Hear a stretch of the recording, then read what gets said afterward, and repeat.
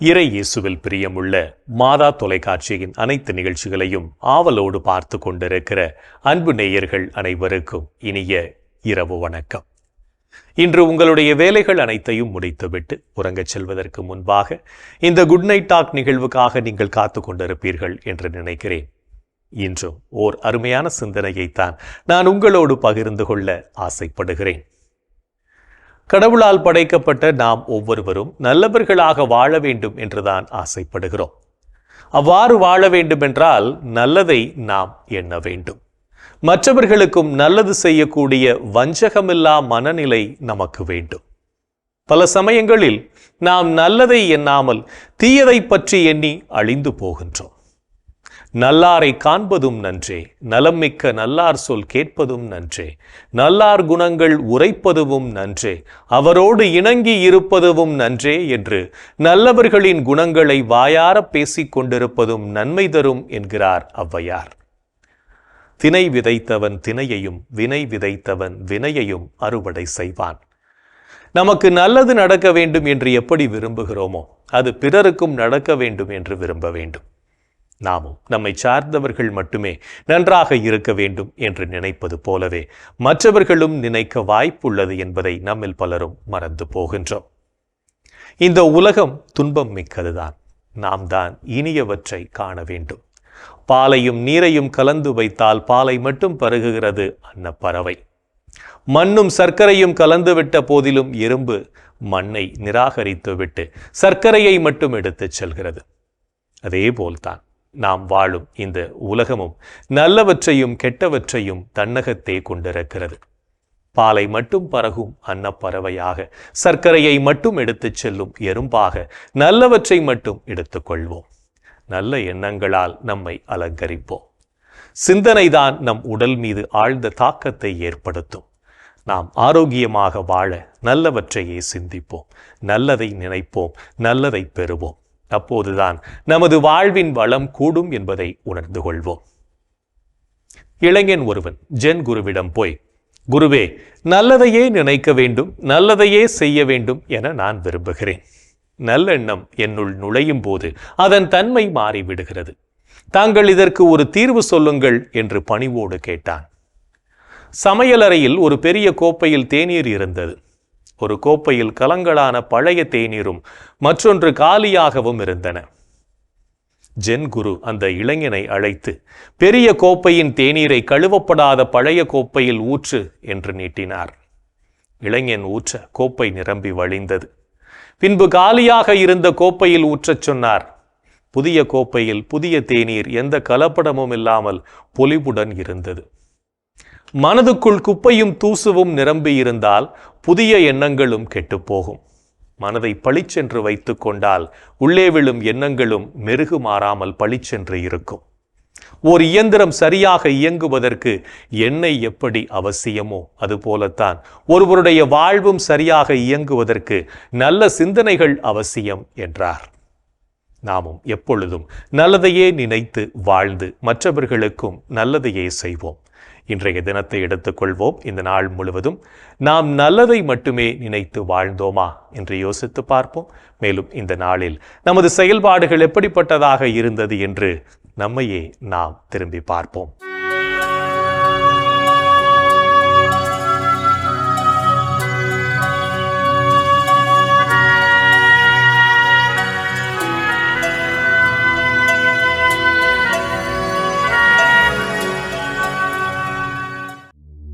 இன்று நீங்கள் உங்கள் வீட்டிற்கு வந்தவரை வரவேற்று உபசரித்தீர்களா? அந்நியரை வரவேற்று விருந்தோம்ப மறவாதீர்கள். இவ்வாறு விருந்தோம்பியதால் சிலர் தாங்கள் அறியாமலே வானதூதர்களை மகிழ்ச்சிப்படுத்தியதுண்டு. இன்று நீங்கள் அளவுக்கதிகமான பொருளாசை கொண்டு வாழ்ந்தீர்களா? பொருளாசையை விலக்கி வாழுங்கள். உள்ளதே போதும் என்றிருங்கள். ஏனெனில் நான் ஒருபோதும் உன்னை கைவிட மாட்டேன், உன்னை விட்டு விலக மாட்டேன் என்று கடவுள் கூறியிருக்கிறார். இன்று நீங்கள் வேலை செய்யும் இடத்தில் தலைவர்களுக்கு கீழ்ப்படிந்து நடந்தீர்களா? உங்கள் தலைவர்களுக்கு கீழ்ப்படியுங்கள், அவர்களுக்கு பணிந்திருங்கள். அவர்கள் உங்களை பற்றி கணக்கு கொடுக்க வேண்டியிருப்பதால் உங்கள் நலனில் விழிப்பாயிருக்கிறார்கள். இன்று நீங்கள் உங்களோடு வேலை செய்பவர்களிடம் ஆள் பார்த்து செயல்பட்டீர்களா? நீங்கள் தந்தையே என அழைத்து மன்றாடுபவர் ஆளை பார்த்தல்ல, அவரவர் செயல்களின்படியே தீர்ப்பு வழங்குகிறார். இன்று நீங்கள் மௌனம் அனுசரித்தீர்களா? நெஞ்சே, கடவுளுக்காக மௌனமாய் காத்திரு. ஏனெனில் நான் எதிர்பார்க்கும் நலன் வருவது அவரிடமிருந்தே. இன்று நாம் இறைவனுக்கு ஏற்புடைய செயல்களை செய்திருந்தாலும் சமயங்களில் நமது செயல்களால் இறைவனையும் நம்மை சுற்றி வாழும் சமூகத்தையும் மனநோகச் செய்திருப்போம். அத்தகைய தருணங்களுக்காக மனம் வருந்தி மன்னிப்பு கேட்டு மனத்துயர் மன்றாட்டை ஜெபிப்போம்.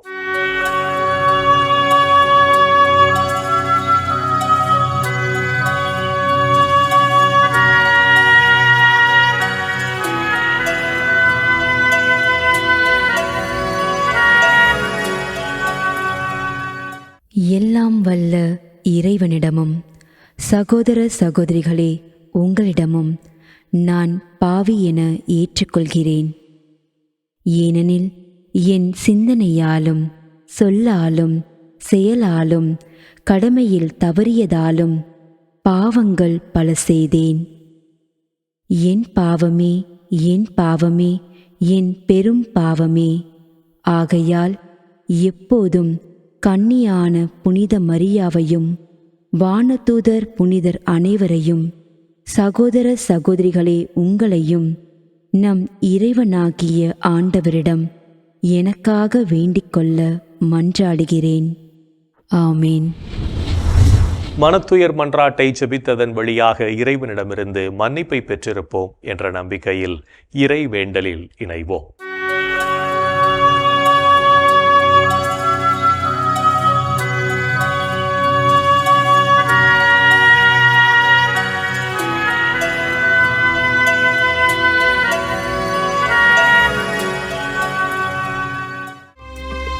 இறைவா, இறைவா, எமக்கு துணை புரிய வாரும்.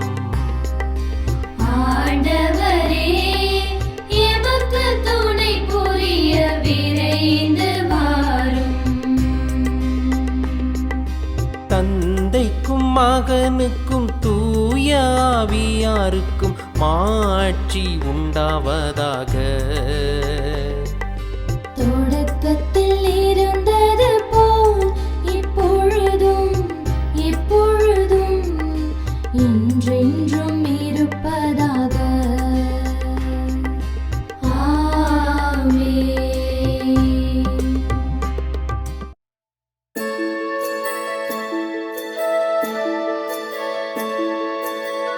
போயது பொழுது புகுந்தது இரவு, தூயனை உனது பொன்னடி தொழுது. நேயமையெல்லாம் ஏதமும் நீக்கி நீயமையாண்டு காத்தருளையா. கனவுகள் துயில் வழி காணுதல் வேண்டாம், கனவிருள் பூதமும் கண்ணுரள் வேண்டாம். சினமுறு பகைவர் முரணலாம் வெல்வார், ஈனமும் உடலில் அணுகிடாது அருள்வார். ஆதியம் தந்தாய் அருள் புரிவீரே, அமலன மகனே அருள் புரிவீரே. ஜோதியே உருவாம் தூய ஆவியாரே, தொழுதனம் உமதடி அருள் புரிவீரே. ஆமென், ஆமென், ஆமென்.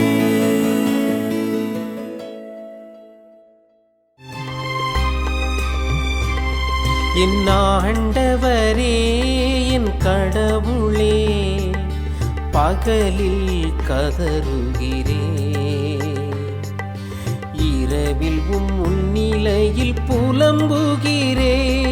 என் ஆண்டவரே, என் கடவுளே, பகலில் கதறுகிறேன்,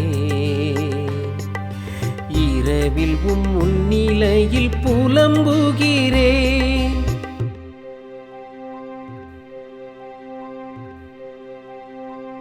ஆண்டவரே என் மீட்பின் இறைவா, பகலில் நான் கதறுகிறேன், இரவில் உமது முன்னிலையில் புலம்புகின்றேன். என் மன்றாட்டு திருமுன் வருவதாக, என் கூக்குரலுக்கு செவிசாய்த்தருளும். ஏனெனில் என் உள்ளம் துன்பத்தால் நிறைந்துள்ளது, என் உயிர் பாதாளத்தை நெருங்கிவிட்டது. படுகுழிக்குள் இறங்குவோருள் ஒருவராக நானும் கணிக்கப்படுகின்றேன். வலுவற்ற மனிதர் போலானே. இறந்தோருள் ஒருவராக கைவிடப்பட்டேன், கொலையுண்டு கல்லறையில் கிடப்பவர் போலானேன். அவர்களை நீர் ஒருபோதும் நினைப்பதில்லை, அவர்கள் உமது பாதுகாப்பினின்று அகற்றப்பட்டார்கள். ஆழமிகு படுகொலிக்குள் என்னை தள்ளிவிட்டே, காரிருள் பள்ளங்களுக்குள் என்னை கைவிட்டு விட்டே. உமது சினம் என்னை அழுத்துகின்றது, அலைகள் அனைத்தாலும் என்னை மூழ்கடிக்கின்றே.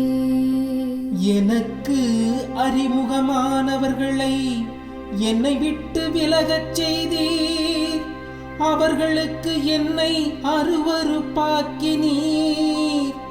நான் வெளியேற இயலா வண்ணம் அடைபட்டுள்ளேன், துயரத்தினால் என் கண் மங்கி போயிற்று.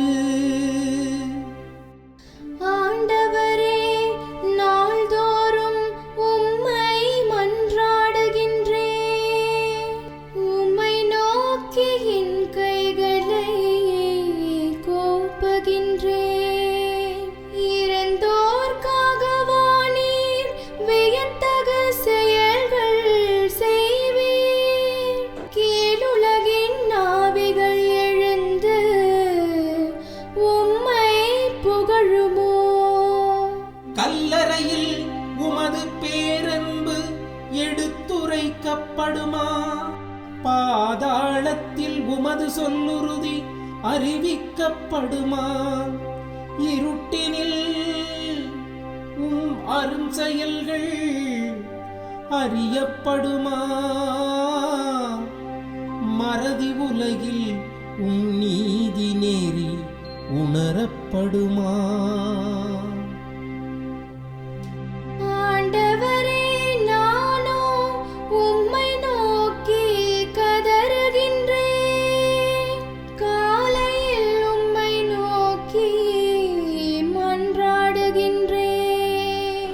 ஆண்டவரே, என்னை ஏன் தள்ளிவிடுகின்றீர்? என்னிடமிருந்து உமது முகத்தை ஏன் மறைக்கின்றீர்?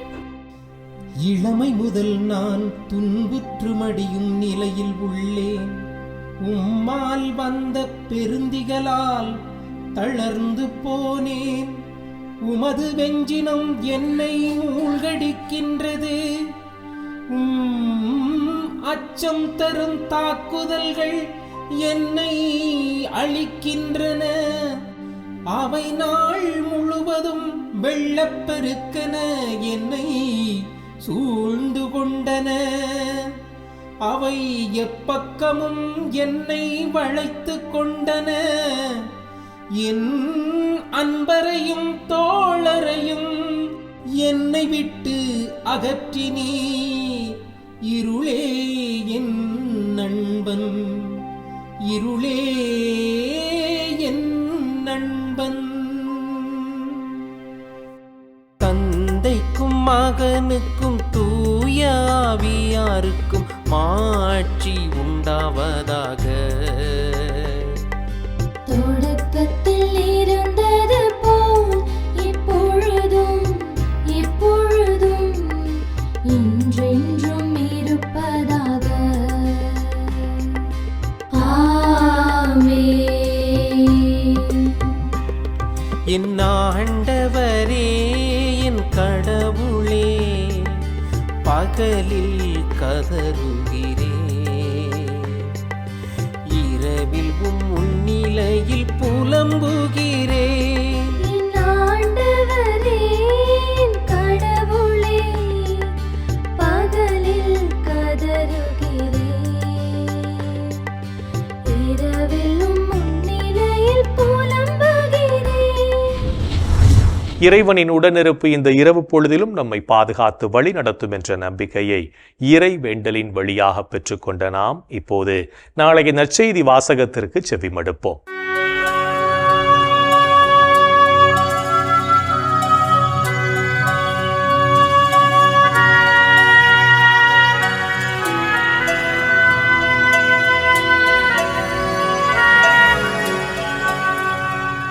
நாளைய திருப்பலி வாசகங்கள்.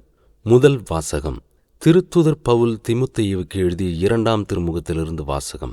அதிகாரம் 4, இறை வார்த்தைகள் 1 முதல் 8 வரை. பதிலுரை பாடல் திருப்பாடல். அதிகாரம் 71, இறை வார்த்தைகள் 8 முதல் 9, 14 முதல் 17 மற்றும் 22. மார்க்கு எழுதிய தூய நற்செய்தியிலிருந்து வாசகம். அதிகாரம் 12, இறை வார்த்தைகள் 38 முதல் 44 வரை. அக்காலத்தில் இயேசு கற்பித்துக் கொண்டிருக்கும்போது, மறைநூல் அறிஞர்களை குறித்து கவனமாய் இருங்கள். அவர்கள் தொங்கல் ஆடை அணிந்து நடமாடுவதையும் சந்தை வெளிகளில் மக்கள் தங்களுக்கு வணக்கம் செலுத்துவதையும் விரும்புகிறார்கள். தொழுகை கூடங்களில் முதன்மையான இருக்கைகளையும் விருந்துகளில் முதன்மையான இடங்களையும் பெற விரும்புகிறார்கள். கைம்பெண்களின் வீடுகளை பிடுங்கிக் கொள்கிறார்கள். நீண்ட நேரம் இறைவனிடம் வேண்டுவதாக நடிக்கிறார்கள். கடும் தண்டனை தீர்ப்புக்கு ஆளாகவிருப்பவர்கள் இவர்களே என்று கூறினார். இயேசு காணிக்கை பெட்டிக்கு எதிராக அமர்ந்து கொண்டு மக்கள் அதில் செப்புக்காசு போடுவதை உற்று நோக்கிக் கொண்டிருந்தார். செல்வர் பலர் அதில் மிகுதியாக போட்டனர். அங்கு வந்த ஓர் ஏழை கைம்பெண் 1 கொதிராந்துக்கு இணையான 2 காசுகளை போட்டார். அப்பொழுது அவர் தம் சீடரை வரவழைத்து, காணிக்கை பெட்டியில் காசு போட்ட மற்ற எல்லாரையும் விட இந்த ஏழை கைம்பெண்ணே மிகுதியாக போட்டிருக்கிறார் என உறுதியாக உங்களுக்கு சொல்கிறேன். ஏனெனில் அவர்கள் அனைவரும் தங்களுக்கு இருந்த மிகுதியான செல்வத்திலிருந்து போட்டனர். இவரோ தமக்கு பற்றாக்குறை இருந்தும் தம்மிடம் இருந்த அனைத்தையுமே, ஏன் தம் பிழைப்புக்காக வைத்திருந்த எல்லாவற்றையுமே போட்டுவிட்டார் என்று அவர்களிடம் கூறினார். ஆண்டவரின் அருள்வாக்கு. கிறிஸ்துவே உமக்கு புகழ். ஆண்டவரே, உம் கையில் என் உயிரை ஒப்படைக்கின்றேன். ஆண்டவரே, உம் கையில் என் உயிரை ஒப்படைக்கின்றேன். உண்மையின் ஆண்டவராகிய கடவுளே, எம்மை மீட்பவர் நீரே. ஆண்டவரே, உம் கையில் என் உயிரை ஒப்படைக்கின்றேன். தந்தைக்கும் மகனுக்கும் தூய ஆவியார்க்கும் மாட்சி உண்டாவதாக. ஆண்டவரே, உம் கையில் என் உயிரை ஒப்படைக்கின்றேன். நம்மிடம் உள்ளதை மற்றவர்களுக்கு தாராள உள்ளத்தோடு கொடுத்து வாழவும், நன்மையின் உருவங்களாக நாளும் செயல்படவும் அழைப்பு விடுக்கும் இயேசுவின் குரலுக்கு செவிமடுத்து வாழ்வோம் என்ற சிந்தனையோடு சிமியோன் பாடலில் இணைவோம்.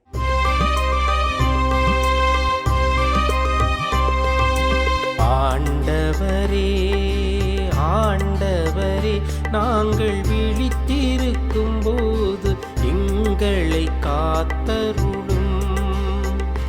நாங்கள் தூங்கும் போது எங்களை பாதுகாத்தருளும். இதனால் கிறிஸ்துவோடு பிழித்திருந்து அவரோடு அமைதியில் இளைப்பாறுவோம். அவரோடு அமைதியில் இளைப்பாறுவோம்.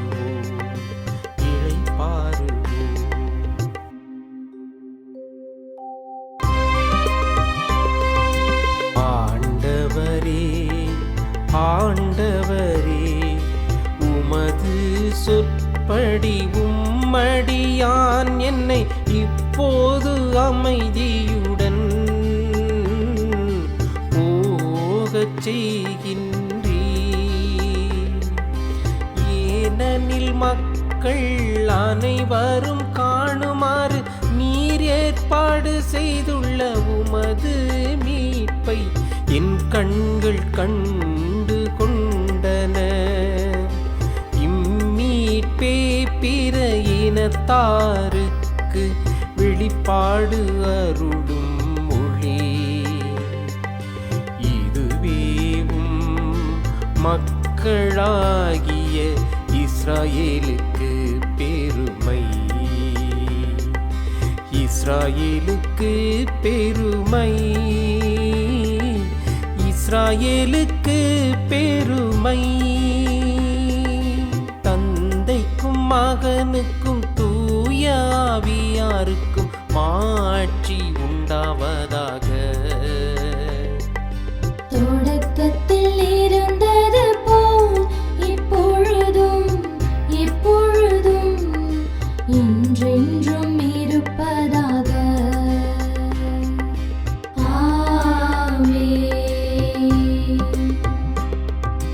ஆண்டவரே, ஆண்டவரே, நாங்கள் விழித்திருக்கும் போது எங்களை காத்தருளும்.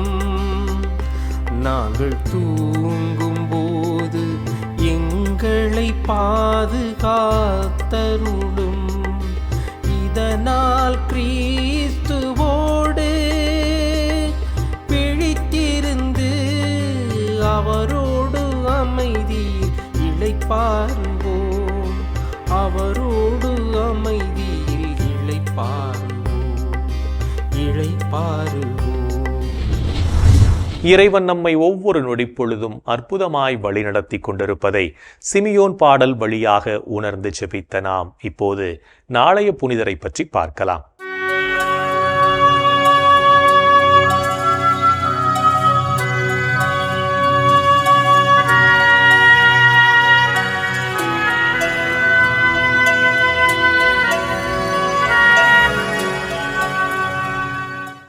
ஜூன் 6 புனித நார்பர்ட். ஜெர்மனி நாட்டிலுள்ள பொன்டன் பகுதியில் வாழ்ந்த ஹெரிபர்ட் ஹெட்விக் பெற்றோருக்கு கிபி 1080 பிறந்தார் நார்பர்ட். உலக வாழ்வில் திளைத்திருந்த இவரிடம் ஆண்டவர் இயேசு தீமையான வாழ்வினை விட்டு நல்வாழ்வினை தேர்ந்து கொள்ளுமாறு நேரிடையாக கூற நார்பர்ட் மனம் திரும்பி நற்பணிகள் செய்தார். இறைவனிடம் தன்னை ஐக்கியப்படுத்திக் கொண்ட நார்பர்ட் குருவாக விருப்பம் கொண்டு கிபி 1115 தன் 35வது வயதில் குருவாக அருட்பொழிவு பெற்றார். ஜெர்மனி மக்களுக்கு ஆண்டவரின் பணிகளைச் செய்து நற்கருணை ஆண்டவரின் பக்தியினை வளர்த்த அருட்தந்தை நார்பர்ட் தன் மறைமாவட்ட ஆயர் பர்த்தலேமேயு அவர்களின் வழிகாட்டுதலின்படி தன் இறைப்பணிகளைச் செய்தார். மேற்கு ஜெர்மனி, பெல்ஜியம் மற்றும் பிரான்ஸ் நாடுகளில் இறைப்பணிகள் செய்த இவர் தன் பணி விரிவடைய வேண்டும் என்பதற்காக பெண்களுக்கும் ஆண்களுக்கும் துறவற சபைகளை தொடங்கினார். தன் பரிந்து பேசுதலால் மக்களுக்கு பல புதுமைகள் செய்த அருட்தந்தை நார்பர்ட் கிபி 1126 ஜெர்மனியின் மாக்தேபர்க் மறைமாவட்ட பேராயராக திருநிலைப்படுத்தப்பட்டார். நல் ஆயனாக இருந்து தன் மறைமாவட்ட மக்களையும் குருக்களையும் வழிநடத்திய மேதகு பேராயர் நார்பர்ட் கிபி 1134 ஜூன் 6 விண்ணகப் பிறப்படைந்தார். மக்களிடம் நற்கருணை ஆண்டவரின் பக்தியினை வளர்த்து பல்வேறு புதுமைகள் செய்த பேராயர் நார்பர்ட்டினை திருத்தந்தை 13 கிரகோரியார் 1582 புனிதராக உயர்த்தி சுகப்பிரசவம் நடப்பதற்கு பாதுகாவலராக அறிவித்தார். புனித நார்பர்ட் திருவிழாவினை கொண்டாடுகின்ற நாம் நமது அருகினில் நம் குடும்பத்தில் வாழுகின்ற கர்ப்பிணி பெண்களின் சுகப்பிரசவத்திற்காக ஜெபிப்போம். புனிதர்கள் ஒவ்வொருவரும் தங்களது வாழ்க்கையின் மூலம் இறைவனுக்கு சான்று பகர்ந்து வாழ்ந்தவர்கள் என்பதை உணர்ந்தவர்களாய் நாமும் அவர்கள் வழியில் வாழ்ந்து இறை வழியில் பயணிப்போம் என்ற நம்பிக்கையோடு நாளைய தினம் நம்மிடம் ஜெபிக்க கேட்டுக்கொண்டவர்களின் கருத்துகளுக்காக 5 முறை அருள் நிறைந்த மரியே வாழ்க ஜெபத்தை ஜெபித்து அவர்களுக்காக ஒப்புக் கொடுப்போம். என் அன்புக்குரிய சகோதர சகோதரிகளே, கடவுள் மாபெரும் வல்லமையாயிருந்து நம்மை வழிநடத்தி கொண்டிருக்கிறார். அப்படிப்பட்ட ஆண்டவருக்கு நாம் நம்மையே கையளித்து அவரை போற்றி புகழ்ந்து அவரை ஆராதிப்போம். இன்றைய தினத்திலே நமது பெற்றோருக்காய் நாம் உருக்கத்தோடு மன்றாடுவோம். எங்கள் அன்பே உருவான இயேசு ஆண்டவரே, அற்புதமான கொடைகளாக எங்களுக்கு பெற்றோரை நீர் கொடுத்தீரே ஐயா, அந்த மாபெரும் கிருபைகளுக்காய் நன்றி சொல்கிறோம். எங்களது பெற்றோர்களை ஆசீர்வதித்தரும். எங்களது பெற்றோர்களுக்கு எல்லா விதமான நலன்களையும் ஆசீர்வாதங்களையும் நல்ல சுகத்தையும் கொடுத்து அவர்களை பாதுகாத்தரும். எங்களது பெற்றோர்கள் மீது நாங்கள் என்னாலும் மரியாதையும் அன்பும் கொண்ட பிள்ளைகளாய் நாங்கள் வாழ எங்களுக்கு கிருபை செய்தரும். அவர்கள் எங்களுக்கு செய்த எல்லா நன்மைகளையும் நாங்கள் நினைத்து பார்த்து ஒவ்வொரு நாளும் அவர்களுக்கு நன்றியுள்ள பிள்ளைகளாய் வாழக்கூடிய நல்ல பார்வையுள்ள நல்ல பரந்துபட்ட பார்வையுள்ள பிள்ளைகளாய் எங்களை மாற்றி அருளும். எங்கள் அன்பு தாயே, ஆரோக்கிய அன்னையே, எங்களது பெற்றோர்களுக்காக பரிந்து பேசுங்கள் அம்மா. இந்த ஜெபங்களை எங்கள் ஆண்டவராகிய இயேசுவே உமது வல்லமையான திருநாமத்தின் வழியாய் உம்மை கெஞ்சி மன்றாடுகிறோம். ஆமென். என்றும் வாழும் உயிருள்ள இறைவன் தந்தை, மகன், தூய ஆவியார் நாம் அனைவரையும் நிறைவாக ஆசீர்வதிப்பாராக. ஆமென். இந்த ஜெபத்தின் வழியாக இறை அன்பிலும் அரவணைப்பிலும் நாம் நலமோடு வாழ்ந்து கொண்டிருக்கிறோம் என்பதை உணர்ந்திருப்போம். இறை ஆற்றலும் வல்லமையும் என்றும் நம்மில் தங்கும். அன்னை மரியாவும் நமக்கு உதவிகள் செய்திடுவார் என்ற நம்பிக்கையோடு அவரின் துணை வேண்டி இந்த நிகழ்வை நிறைவு செய்யலாம். Good night.